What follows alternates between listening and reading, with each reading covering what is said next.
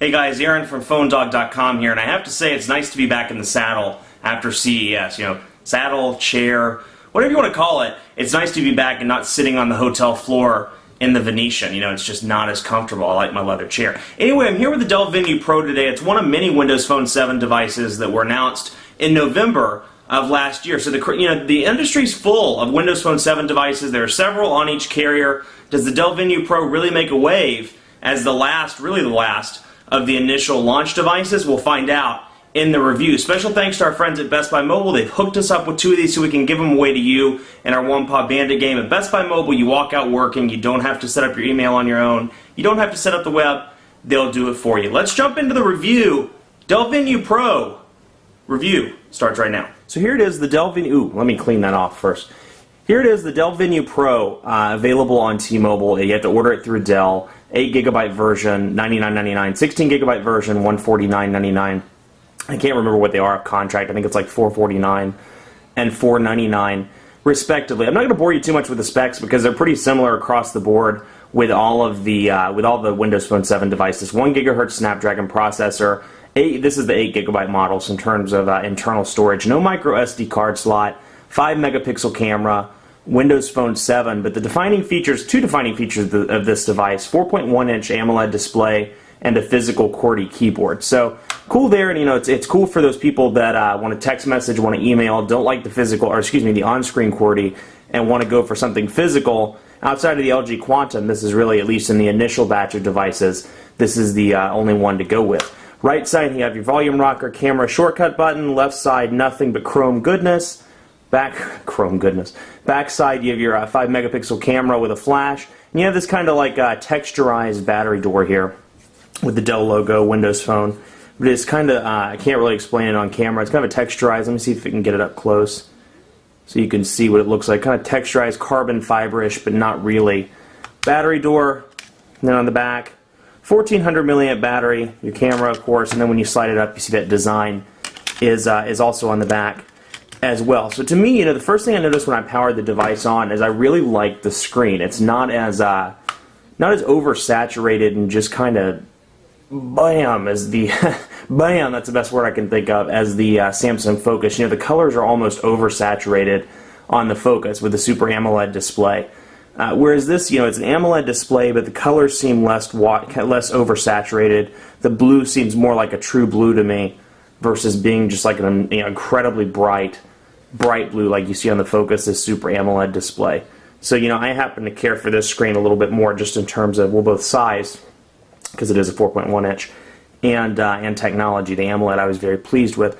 So you have the typical Windows Phone 7 stuff here. You have your tiles, which were, you know, as Windows Phone 7, or Windows Phone calls it, they're Metro, based on their Metro UI platform. I can't talk today. It's Metro UI based on subway tiles is what they call it. So you have your programs here, your tiles here, and then of course you can pull, let's say you want to pull calculator rather, pin it to the start, and you can access it on the start screen. So it's interesting because it's pretty limited in terms of editing functions. Like, you can move the stuff around, but you really can't do that much beyond that.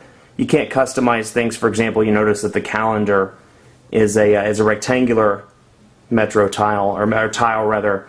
Well, the messaging one is a square tile. So you sit there and you're like, okay, this is a messaging tile. I could fit, you know, theoretically I could have a rectangular messaging tile. I could see my first 1 or 2 incoming text messages, and that would be pretty cool, you know, to have that. So I should be able to customize it. Well, you can't, at least in the initial version of Windows Phone 7. I can see use for that rectangular style widget in messaging and email and a couple of other things, but they haven't enabled it just yet. Now on the Venue Pro, it has a couple of things in addition to the typical Windows Phone 7 stuff. It has T-Mobile's My Account feature, or My Account application. It has Newsroom, which is very similar to Samsung's Daily Briefing. We'll jump in that in a minute. Page Once feature. Then you have T-Mobile TV and Telenav GPS Navigator. So everything else I've installed: Twitter, weather, YouTube, that's all mine. But let's take a look at Newsroom real quick. It's exactly what you would imagine, obviously, from a newsroom, kind of like a little pocket CNN, except it's MSN weather. So I guess MSN's kind of ticked off that I just said CSN or CNN, but just tried to mix CSI and CNN. That's a pretty big testament that I'm exhausted. Harrisburg and Concord, 2 cities that are right outside of the Charlotte metro area. Denver and Las Vegas, places that I've either been in or want to that I'm going to in the next couple of weeks. And you can see Concord, for example, 30 degrees, and it's snowing right now. So it's actually snowing in Charlotte as well. I would show you, but you came for the phone review. You know, you don't want to see the snow out the window, but I will say, I built a snowman this morning. Now you can see the, actually I didn't really build a snowman, but that's a lie.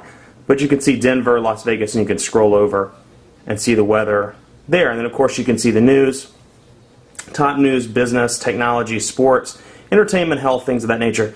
You can program your stocks, and then you can go directly to those. And of course, you have your locations here, but if we scroll over, we can edit those locations. We can go to stocks and edit those and see the percentage of the decimals and more in the newsroom program. So jumping out of that program, kind of going back to the design, just something I thought about. I know this is kind of jumping around. One thing this device has going for it, not only the display, but the actual technology of the display is pretty interesting. It's very much a curved display, so you can see on the bottom with the speaker and the micro USB charging port, you can see that it's a curved display, so it works out well for me, at least when you're typing or when you're doing something and you know, you're looking at a picture, something like that. The curved display really helped me use the on-screen keyboard and things of that nature. So let's jump back into programs and take a look at messaging, for example. And you'll see, you know, for the most part, I was very pleased with it. And you can see, let's go into very good keyboard. And I say that as I'm typing all incorrectly. Let me turn the sound back on. That usually helps. Love the sound of this. There we go. So hey there, how are you doing? You know, so you can see, I like the curved screen. I think it works well. I think the 4.1-inch display is kind of a nice balance between the 3.7 or 3.8-inch displays and then the 4-inch, 4.3-inch displays. It's a nice little balance in between. A little bit bigger than the Focus, but a little bit smaller than the HD7.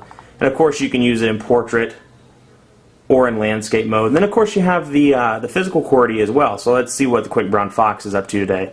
The Quick Brown Fox is building a snowman. I don't know what my thing is with snowman today. A snowman.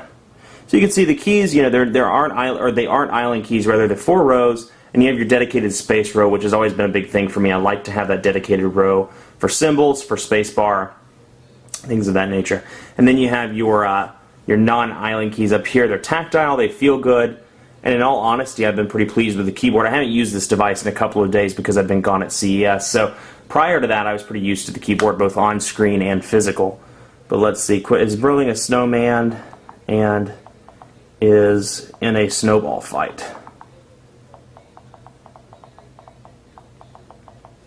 So you can see, quick keyboard, easy to use, no challenges there. It's a typical Windows Phone 7 keyboard, and actually it's pretty good. And like I've shown you in previous videos, if you go to the brown, highlight it, let's say Browns, instead of building or snowman, you meant to say showman.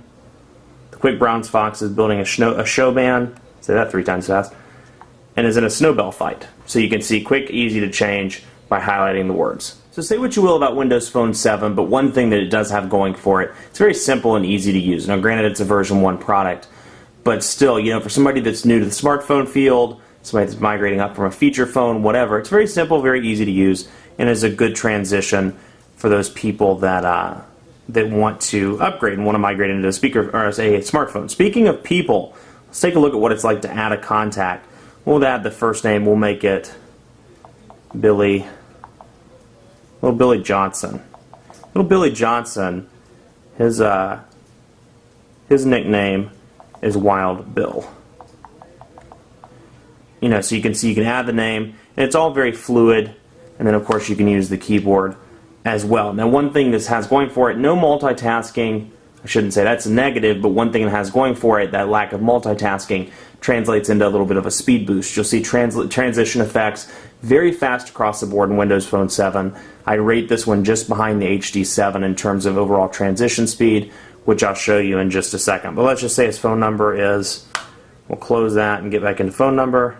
Say it's 1234. And you hit save. Sorry for that noise. That's sleet hitting the window if you're wondering what that is, if you can hear it.